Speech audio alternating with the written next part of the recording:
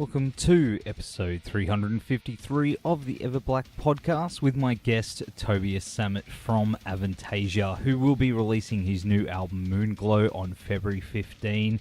And he'll also be heading down under for two exclusive shows this May, Sunday the 12th at the Metro Theatre in Sydney and Tuesday, May 14 in Melbourne. Tickets are on sale now through avantasia.com.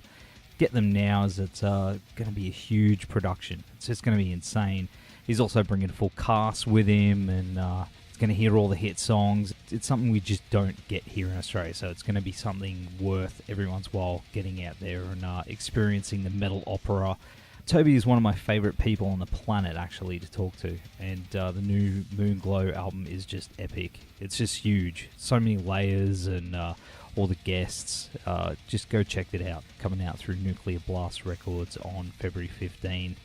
Alright, before we go into my chat with Toby, just have to mention that this episode is brought to you by Blacklight Art and Design, who are our go-to for all our screen printing needs. They've done all our shirts, hats for Everblack Media, and they've got such a quick turnaround. I highly recommend checking these guys out. Big shout out to the guys. I love your work. Thank you for your continued support. Check them out at www.blacklightad.com.au. Show is also brought to you by our good friends at RW Promotion, who are the best in the biz when it comes to stickers, flyers, banners, badges, all the promo you need for your band or business. Go check them out at rwpromotion.com.au. Alright, so here is episode 353 of the Everblack Podcast with Tobias Sammet from Avantasia. Enjoy. Toby, how you been, man? I'm great. I'm talking a lot these days, but that's not a problem for me. I got a reputation of being the last Ulrich of Germany. Yeah, I can talk a lot, and I have to these days. But I'm doing great, doing interviews for a new album. That's a great reason to be talkative, and I'm happy with the album. And that's just 5 weeks to go, and then we're gonna unleash the beast. I'm happy with the album as well. As a fan. That's great. So we're two already. Let's spread the word. That's what it's all about. But I will say, in regards to saying, you love talking, mate, this is probably, I don't know, third or fourth time that we've spoken over the years.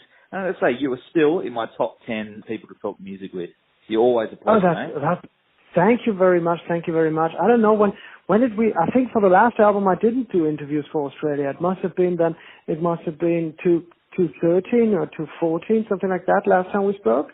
Yeah. I suppose it's going back a while, but it has been a little while. So it is good to catch up with you, though. when I was young and even more talkative. Oh man, that's awesome. Well, of course, man, you have to get pretty damn busy, as you mentioned. The new Avantasia album Moonglow is out on February 15, and I'm digging it. I think it's just phenomenal, and you've definitely upped the stakes with its production layers and songwriting. But in saying that, with all the layers and stuff like that, do you set yourself a limit and say that'll do? No, not consciously. It's not that I have to, I've been in this for 27 years, and I know that you have to let go at a certain point. And I don't have to force myself, I know when a song is good, and I know when a song has everything it needs. I won't stop before the song is finished, because I'm not lazy, and I want to do my very, very best. But at some point you can say, okay, we could adjust things, and then it would be different. But would it be better? Nobody can tell. I'm happy with it. Let's go. Go to the next song. So sometimes you have to be very pragmatic about these things. And I think you learn to do that when you've been in charge of, I've written and produced like 18 albums now. And I think after a while, you subconsciously you learn what to do. It's much more difficult when you do your second album. It's much more difficult to let go. Well, it's not really more difficult because the budget will tell you when it's finished. So, and when you're, But at the point in my life where I am right now, if I would work until the budget is finished, this album wouldn't come out even before 2028. No, seriously,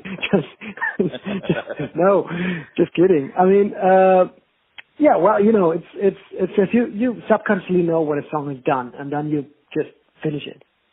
Oh, it's because it's just layers and layers. I was cranking it on the way to work today, and just on the second listen, little things kept popping out. You put a hell of a lot of work into it, man. I'm really, really impressed with it. And of course, the single, The Raven's Child, that clocks in at 11 minutes, making it the longest on the album. And it's also the single. I mean, you don't really see bands releasing 11-minute singles these days, hey? No, but it didn't really. Of course, the record company, they were a little bit confused, but that's great. I mean, rock music is about hedonism, and what's better than confusing your business partners? So it was, to be honest with you, they said, okay, it's a little bit long, it won't get radio airplay. And I said, okay, we've been working together for about 16 years or 15 years. When was the last time you had a huge radio hit on commercial dance disco radio with Avantasia or Edgar? And they were thinking, let me think, we never had that. And I said, see? So what do we care about? It should be a great song. Avantasia has been away from the scene for 3 years now. Mm-hmm. This is the first sign of life of the new album. Let's do something that is representative for the album. Let's give people what I think is representing the album, instead of editing a song to a 3-minute radio format song. And radio's not going to play it anyway. It's going to be just on the internet, and people are going to say, oh, what is Avantasia about? Is it 3-minute hit singles now? No. Avantasia is about exactly what Ravenchild gives you an idea of. And I did it for the fans, and I thought our fans can handle an 11-minute song, because when we go on tour, in 2 months, our tour, 2.5 months, our tour kicks off. And we are putting the set list together right now, and we're going to play over 3 hours. And I found out that we have some of our biggest songs, and I mean biggest in terms of response, not the duration of the song.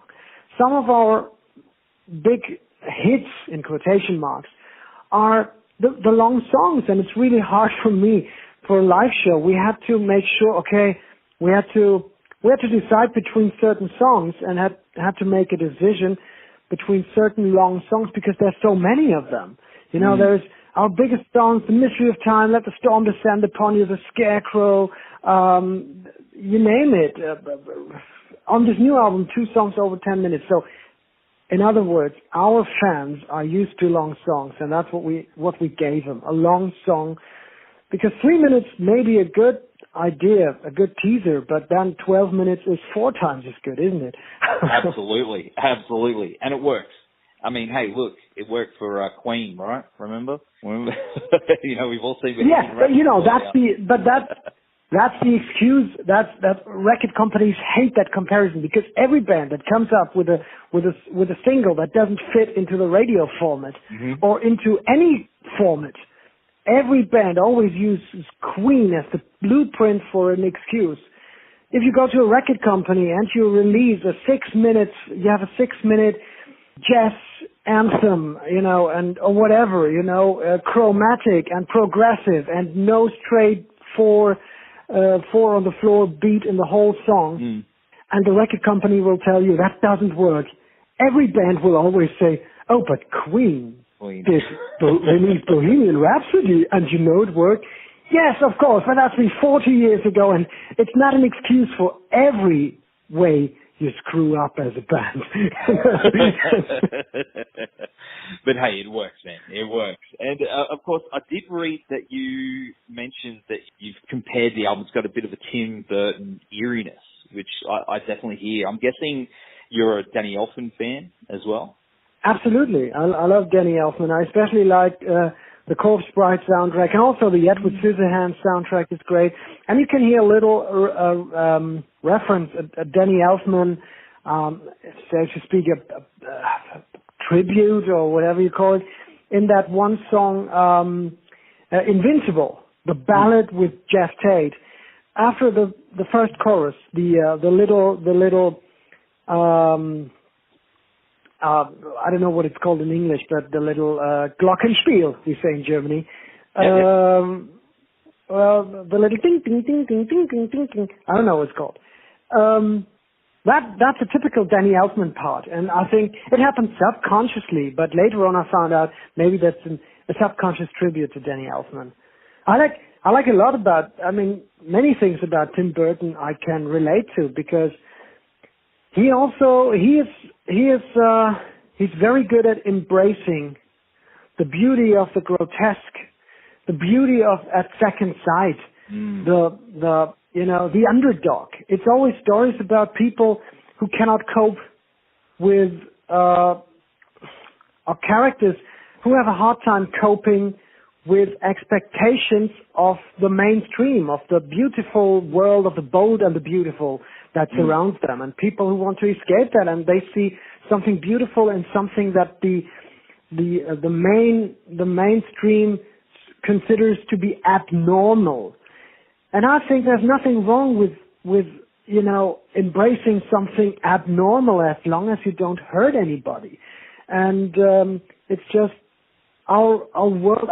If you look around, you're surrounded by people who want to tell others how to be and how to behave and what the do's and the don'ts are. And that goes way beyond rules of social life to get along with each other.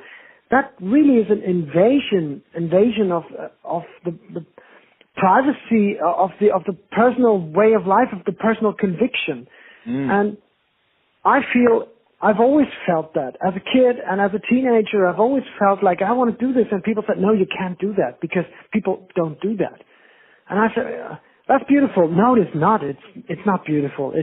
It's grotesque and it's bizarre. And I want to learn this job. I want to become a musician. No. You can't become a musician. People don't do that. You have to work in a bank or in an office, or you can be a lawyer or a teacher, but you can't be. Why not? Paul Stanley is not a lawyer, and these things, I think, and it went on. I escaped into the music world, and it went on like that. You do one album, you do two albums, all of a sudden you're successful, and once you're successful, people want you to repeat your formula of success, and all of a sudden there's expectations again. There's the record label, there is the public, there is the press. Of course they cannot tell you what to do, but it will have an influence if you are a insecure character. And if the press says, oh, that's terribly bad, and if they ridicule you and you are insecure, it will subconsciously have an impact on you. You have to be really, really, really aware of yourself and your conviction, and of the fact that the world around is not allowed to manipulate you, so you can try to keep a clear head and fight for your vision. And that's why the album deals with all those topics, even though it's a conceptual album and a fantastic story in a way, or a fantastic environment and concept. It deals with my personal thoughts, because after I did Ghost Lights and I did the tour, I came home and I felt everybody knew exactly what I was supposed to do next. Only I didn't know. All I knew was, hey people, I've just released 17 albums. I've written 17 albums, produced them. I manage 2 bands. I'm touring the world. I've done 10 world tours in 12 or 13 years. I said, I work a lot and I've set that pace, and everybody expects me to keep that pace until I die. I won't do it. I can't do it. I don't want to do it. Maybe I'm going to do a solo album. Maybe I'm going to be a mountaineer. Maybe I'm going to be, not a professional football player, but I'm too old for that. And I'm too slow, I'm afraid. But my technique is not that good as well. But I'm simply a crap football player. Let's put it that way. So, but anyway, I could pursue other things as well, and it's my choice. I was afraid of becoming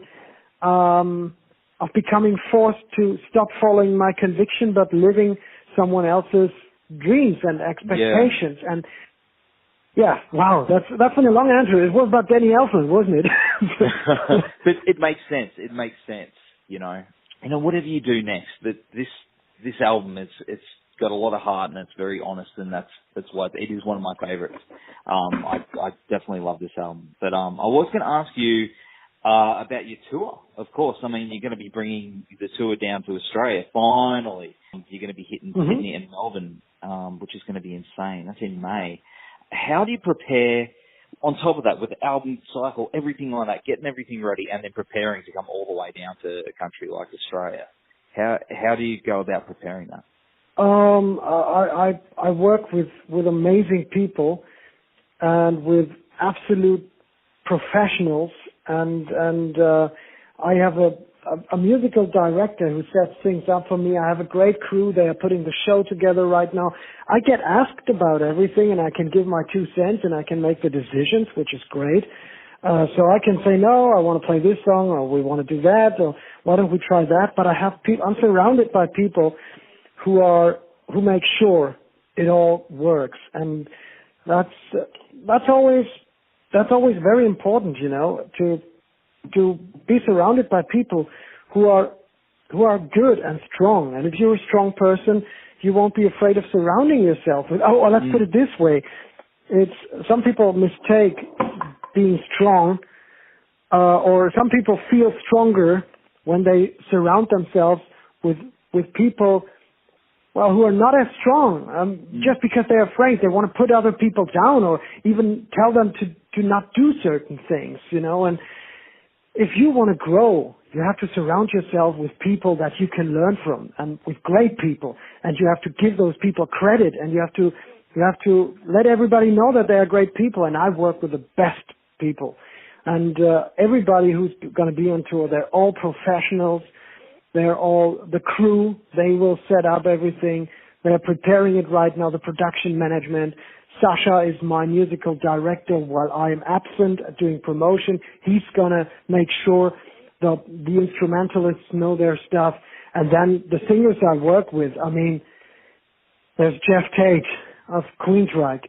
He's done world tours for so many years. He's an absolute pro. There's Eric Martin of Mr. Big. He had a #1 hit in 20 countries or whatever. He knows exactly what to do. He's a professional. Bob Catley of Magnum. Ronnie Atkins of the Pretty Mates. Jorn Landy. Ollie Hartmann. Herbie Langhans. They're all professionals, and they all know exactly how to prepare. So I think it's all a matter of organization and time management. And and we'll be good, and we'll be well prepared. Thanks again for taking the time to talk to us. It's always an absolute pleasure, mate, and I look forward to talking again in the near future, bro. Talk to you, and thank you for spreading the word. Thank you.